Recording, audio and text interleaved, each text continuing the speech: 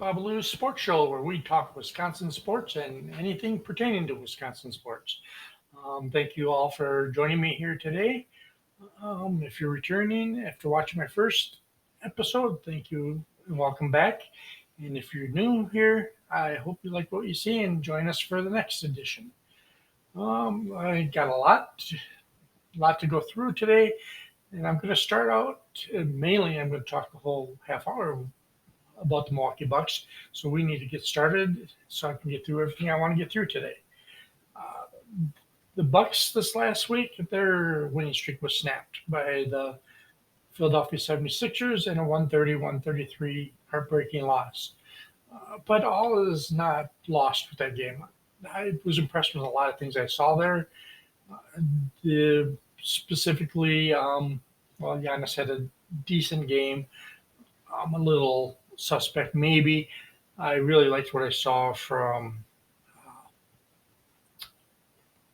I like what I seen from the supporting cast, Brooke Lopez, obviously, and Drew, and everybody. You know, right on down the line, I thought it was a good effort, but we just fell a little short, and that'll happen sometimes, especially when you're in the middle of a long winning streak. Sometimes you just become a little complacent, and our defense on Harding on James Harding was a little off, I guess maybe, but he just had a really good game too, and that'll happen. I don't think this 76ers team is equipped to beat us in a 7 game series, so it really doesn't can scare me too much to the fact that we lost this game. We did come back and beat Washington 117-111 the next night in a back to back, in which was a really great effort from the whole team. Just all the regular supporting cast played pretty well in that game. So we will just start another streak and try and gel together a little better on the way to our playoff run. Another aspect to think about in the Washington game was Chris Middleton sat out that game because it was back to back, and he's still progressing on his way back to the lineup. Speaking of that lineup, we've this past week picked up signed another guy, Goran Dragic, who's played 15 seasons with Phoenix, Houston, Miami, Toronto, Brooklyn, Chicago. I I had said in my previous podcast that I really didn't see a reason for us to sign another player because the minutes are going to be stretched the way it is. While I still hold true to that thought, I also do see the merits in having um, Dragic, if I'm pronouncing that even right. I do see the reason in having him as a on our team. He's a veteran player, like I said, been around 15 seasons, has a lot of playoff experience. I believe he will take kind of the George Hill type of role on this team. The veteran guidance to the younger guys, maybe come in and play a few minutes here and there. Nothing huge, I don't believe, unless for some reason we end up with some kind of injuries, which we don't want to even talk about that. So I believe he will provide maybe a leadership spark that'll help the team. He's a career player, averaging around 13.3 points, 4.7 rebounds, and 4.7 assists and 3 rebounds per game. He's generally plays 27.2 minutes through his career, but obviously on the lower end of his, nearing the end of his career. This season, he was waived on 228 after playing 51 games for Chicago, where his numbers were expectedly down a little bit, 6.4 points, 2.7 assists, 1.4 rebounds in about 15 minutes per game. He will not, I do not believe, get 15 minutes per game with the Bucks, so his numbers will be even a little bit lower than that. So while you won't see the numbers from him that you are used to seeing, I think he's going to be a good addition, good 3-point shooter, just helping more with the spacing that we have that we need for Giannis and recently Brooke to work down low. I do like this off on a different tangent here a little bit. I do like to see Brook playing down low a little bit more recently. You can see his numbers are up, and you can see the added element to that with him being able to work inside and help Giannis on down low scoring and things like that. With the addition of these outside shooters that we have now, Grayson and um, although he hasn't shot the way I expect him to, Joe, um, Javon, all these players that are now shooting the 3 pointers with more proficiency, it means Brook doesn't have to be out there shooting those threes as often, although he's shooting pretty good too. I mean, his percentages are in the upper 30s, so we want him out there shooting, but it allows him to be in both places instead of him going out there at the 3 point line to try and help create space for Giannis down low. So, what else happened in the Bucks this week? We also signed Miles Myers Leonard to a second 10-day contract, which was kind of expected too, especially with losing Sandro when we released him. That was kind of a surprise to me. I really thought that he was going to be sticking around and they're going to try and develop him. But I suppose with signing Leonard and with Bobby down there, and Joe Ingles can play down there a little bit. They probably ran out of room and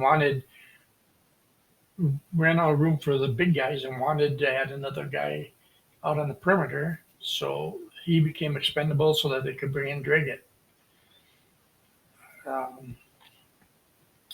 So back with the Myers and the signing with him to the second 10-day contract. So far, he's played 4 games for us. He's averaged about 2.8 points and 2 rebounds per game while playing only 6.8 minutes. So it's not bad production for 7 minutes worth of play time. And like I was talking about earlier with Chris and Pat, for Pat also coming back and just rejoining the lineup, he hasn't played since February of 21. So there's a lot of getting used to being on the court, and I'm getting in playing shape for him too. So all this bodes well for the Bucks going down the road because all we're going to do is gel more and more together and get used to playing with each other. And there's no way to go but up from here. I don't think there's anybody in this lineup that's that you're going to be trying to bring along that's going to cause a riff or be, for lack of a better term, cancer to the team. I think all these guys seem to enjoy playing with each other, seem to get along, and I just think that the gelling is just going to get better and better as we move along here.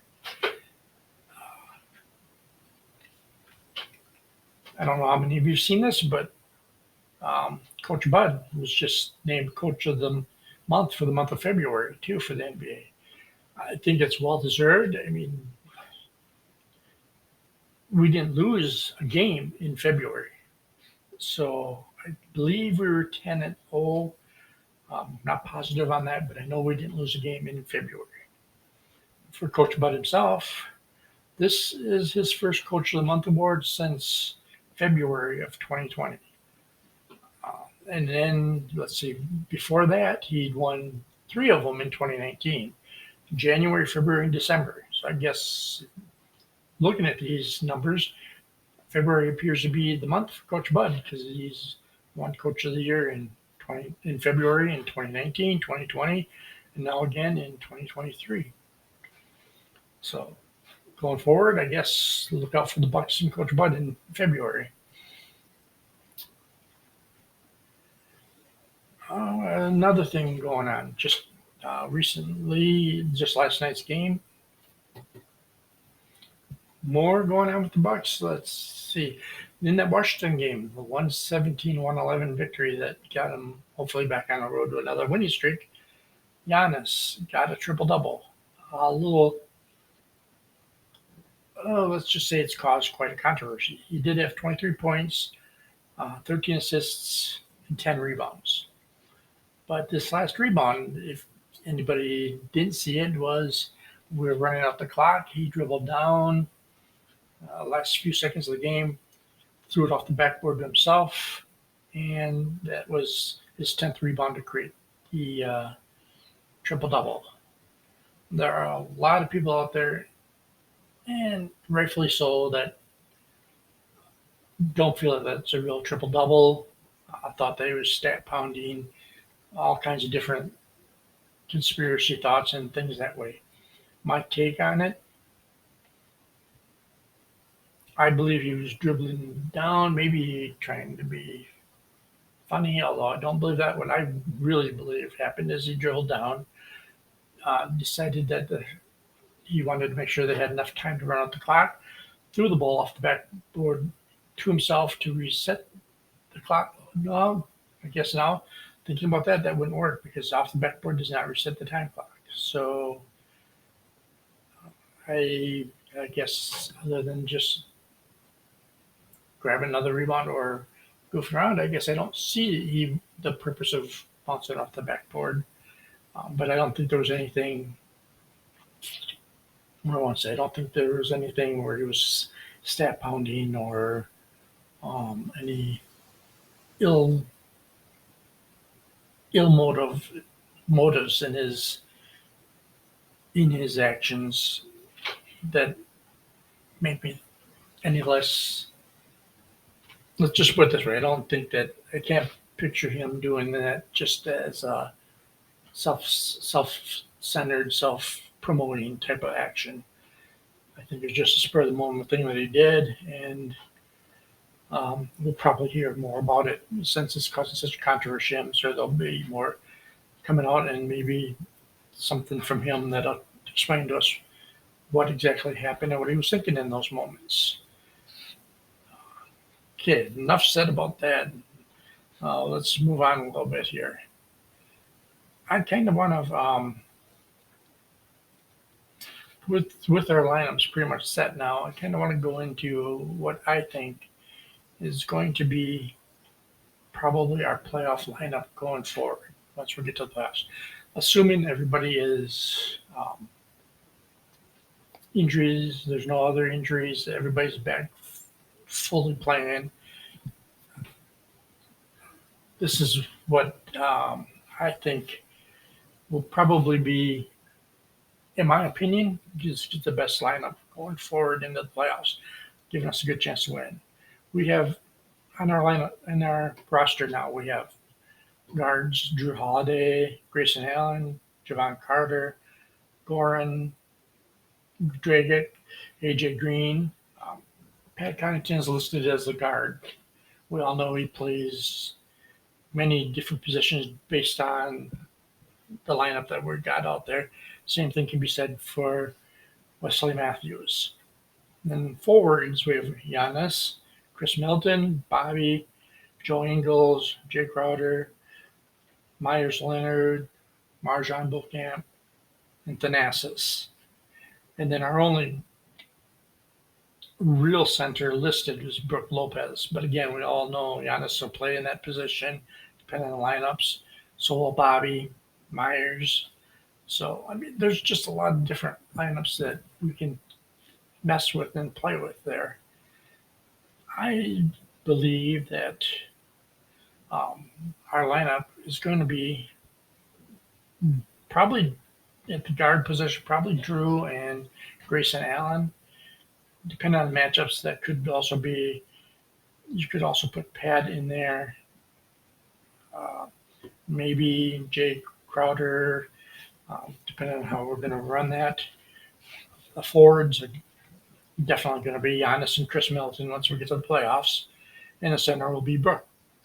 So the best starting lineup I can see would be Brook, Giannis, Chris, Grayson, and Drew. but there's a lot of flip flopping that could do depending on matchups. But either way, just thinking that that's our starting five. Now let's look at, I mean, that's a great starting five. Not a lot of teams have a better starting five than that, I don't believe. A few out there, the Suns are going to have one just as good, if not better, starting lineup. So Philadelphia's is pretty good too. So the Celtics also. But now our second five, if you look at that lineup, our second five would be guards Javon and Pat, maybe Pat. Forwards Bobby and what Jay Crowder. In the center, oh, we'd have to put in this situation, we'd have to put Myers there. But who out there has more depth and a better second lineup than that? If we go back to the Philadelphia game that we just lost, our second lineup, our 3-point shooters in that third quarter carried us and got us the lead. And we had a decent sized lead with them in there. And we kind of dropped off when Giannis came in. No fault of Giannis, I don't believe. But once Giannis got back in there, we sort of kind of just sat back and played second fiddle to Giannis and didn't assert themselves the same way they were doing before Giannis was in there. This is something I think we're going to have to work on. Now, don't get me wrong. Giannis is a great facilitator with the ball, and our players are great with the outside shooting. I just would like to see more of a cohesive unit. Sometimes I just feel like we play two different games with Giannis in and with Giannis out. And then there's other times where he's driving and hitting the wall from the defense and passing out to the 3-point shooters, and they're nailing their shots. And both styles of play seem to work as a cohesive unit. That's what I would like to see all the time. I think we're unstoppable if both the inside game with Giannis and the outside shooting works as one unit and runs smoothly. There's nobody out there that can touch us, I don't believe.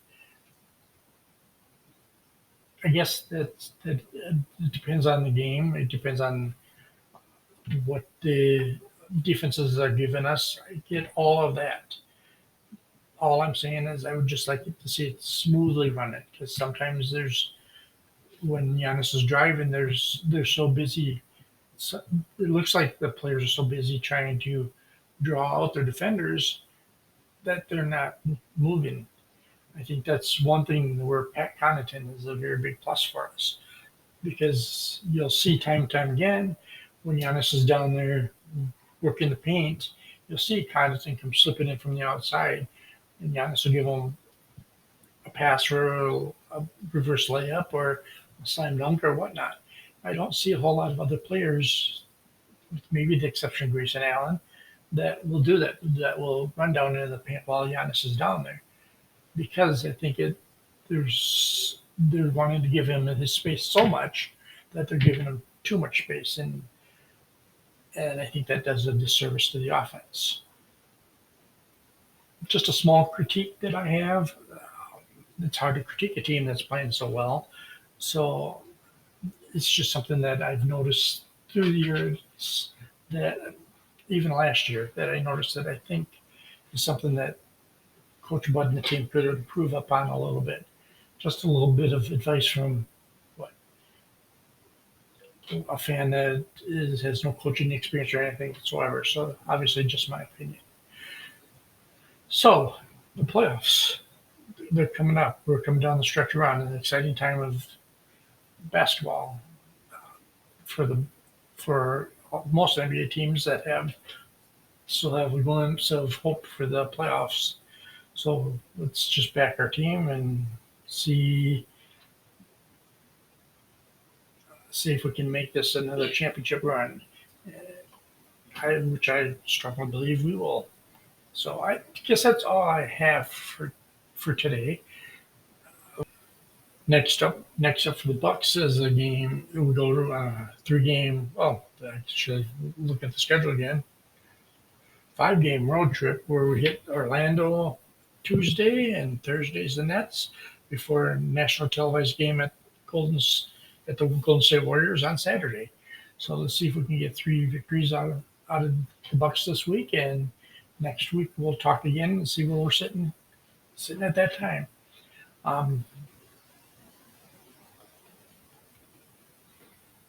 Please don't forget to subscribe, like, and comment so I can discuss any comments and answer any kind of questions that I have that you guys have out there, I guess, during my next podcast. Thank you all for watching, and see you next time on Bob Lou's Sports Show.